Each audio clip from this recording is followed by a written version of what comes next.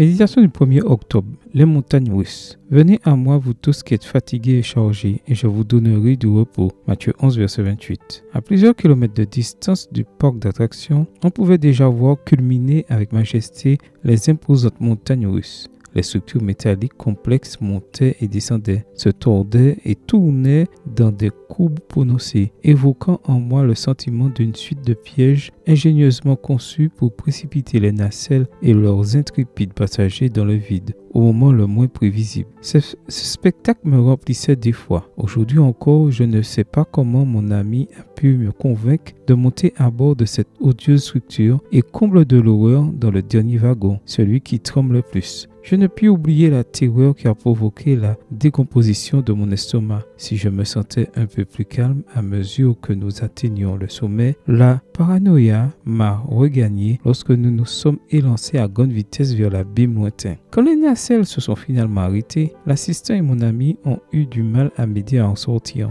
Ils ont peiné à libérer mes mains de la barre. J'ai failli m'évanouir quand, débordante d'enthousiasme, elle s'est exclamée. Encore un tour, mais cette fois sans nous accrocher à quoi que ce soit. Nous ne toucherons même pas à la barre. Incapable d'articuler un mot, je l'ai observé attentivement à la recherche de notre indice de démence chez elle. Ne trouves-tu pas que la vie ressemble parfois à des montagnes russes émotionnelles? Un jour, tu es enthousiaste et le lendemain, tu es au plus bas, déprimé. Tu es heureux si tout va bien, mais angoissé si les choses se compliquent. Comment rester en paix et joyeux au milieu des hauts et des bas de l'existence? La Bible nous donne un précieux conseil. Nous devons avoir les yeux fixés sur Jésus, qui est l'auteur de la foi et qui l'amène à la perfection. Hébreux 12, verset 2. Et nous assure que tout ce qui nous arrive est pour notre bien. Voir Romains 8, verset 28. Aussi pouvons-nous lui confier tous nos fardeaux. Voir Matthieu 11, verset 28 à 30. Quels sont les aspects de ta vie qui te donnent l'impression d'être sur des montagnes russes émotionnelles? Comment peux-tu faire davantage confiance à Jésus et à son plan pour toi lorsque tu fais face au haut et au bas de la vie? Amen.